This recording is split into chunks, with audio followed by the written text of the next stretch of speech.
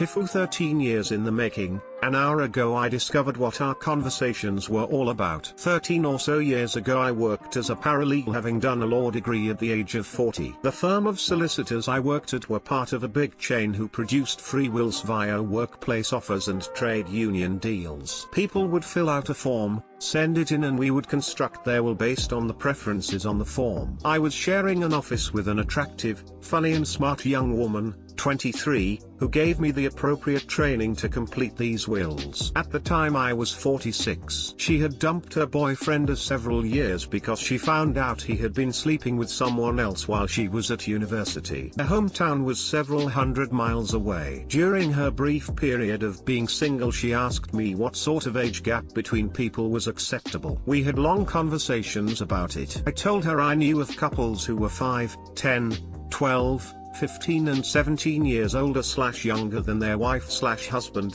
/ partner. She then mentioned that she had heard that centuries ago older men often married much younger women as they were more able to take care of said younger woman, who was more likely to survive childbirth and go on to be a good mother, while the more mature husband's income kept them comfortable. She kept asking my opinion and asked if I would ever consider seeing a younger / older woman than me. Not thinking it very likely, I just shrugged and avoided the question. Throughout the months we worked together, we often went out after work and at the weekends in a group. She would dress very provocatively, and on the occasions she wore stockings she would let me know she was. I'd previously confessed to having a particular weakness / fondness for them. After several months she got onto a solicitor's training program and left. We kept in touch and met on occasions for food, coffee or drinks. After a couple of years she met someone at her new firm and we stopped meeting. Got married and had a baby. I bumped into her about an hour ago in court. I was delivering some papers and she was there representing a client. She was all over me and insisted we had coffee and a chat. It was then that she told me that the reason for asking about big age gap relationships was that she had a massive crush on me but was too scared of damaging our friendship by doing anything about it, but hoped that I would. When she finally decided it wasn't going to happen, she left. Of course I had absolutely no idea this was going on and that this gorgeous young woman had any interest in me beyond friendship. Honestly, I could cry. TL doctor made friends with hot girl in the office, didn't notice she had a crush on me.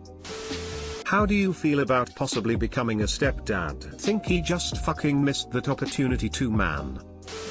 Your level of cluelessness leads me to believe we may be related. Pro tip: if you are male, a woman who mentions her underwear out of context is either hitting on you or completely batshit, or both. Don't worry, dude. I once spent the night at this beautiful girl's house in her own bed and I fell asleep to her talking about how much she loves sex. Now I can't even imagine. OOF.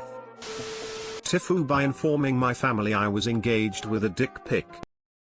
Naturally, this TIFU didn't actually happen today. This happened about 2 weeks ago. Honestly, the moment it happened I considered writing this post, but felt that in light of making the mistake of sending my Johnson out, I might give myself some time to make sure I want this to live online forever. My family has already told just about everyone they know the story, so I figured I'd bring all of you into the fold. So, here we go. My girlfriend and I have been together for about 3 years, and I'm deeply in love with this girl. She is decent beyond words, funny, and frankly I couldn't imagine a better relationship. Her mother had offered me her grandmother's ring for our engagement, which I considered a tremendous honor. After dealing with the anxiety of toting around the family heirloom for 2 weeks and leaving it in the possession of a jeweler for cleaning and resizing, I just wanted to get the engagement over with. I know that might not sound like the most romantic way of describing my engagement, but I was nervous. I get home,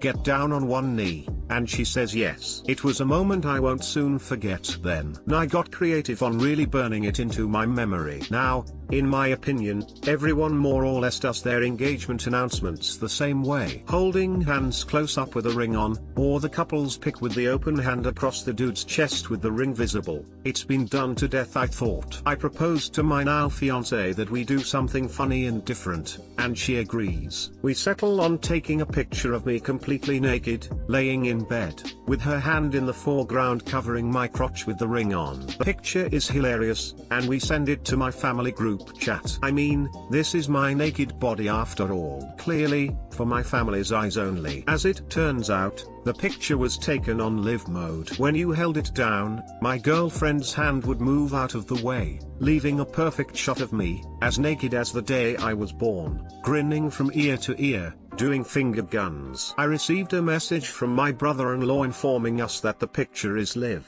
that my sister was the one to discover it, and he follows it up with a picture of her in a shocked state of bewilderment. My mother got it too, same mistake. Her first, unsolicited dick pic, at the age of 61. From her son, no less. Needless to say, it's a story that will be told despite my protests for the remainder of my days. TL, Dr. My fiancée and I took a perfectly positioned photo of her engagement ring covering my package, only to have live mode ruin it all.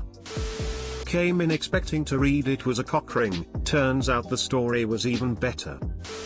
So you gonna post the pic or nah? Depending on how much my Photoshop skills improve in the next few hours, it seems at least mildly unlikely.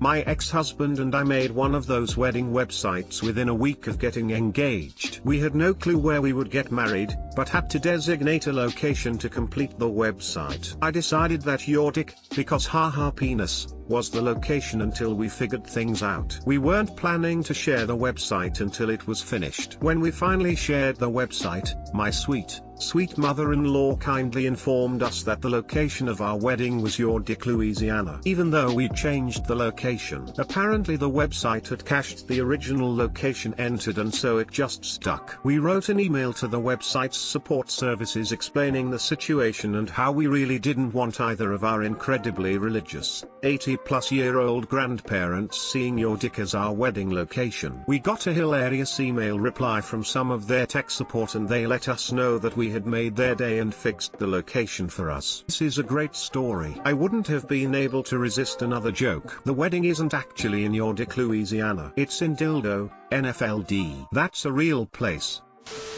That is a classic fuck up, sir. Well played and thanks for sharing. Just don't share the pic. The only pictures I'm sharing for a while are going to be of landscapes. Sometimes the biggest mistakes come in the smallest of packages. 9/10 dentists agree it's ample. TIFU by getting called dicks enormous and getting slightly embarrassed.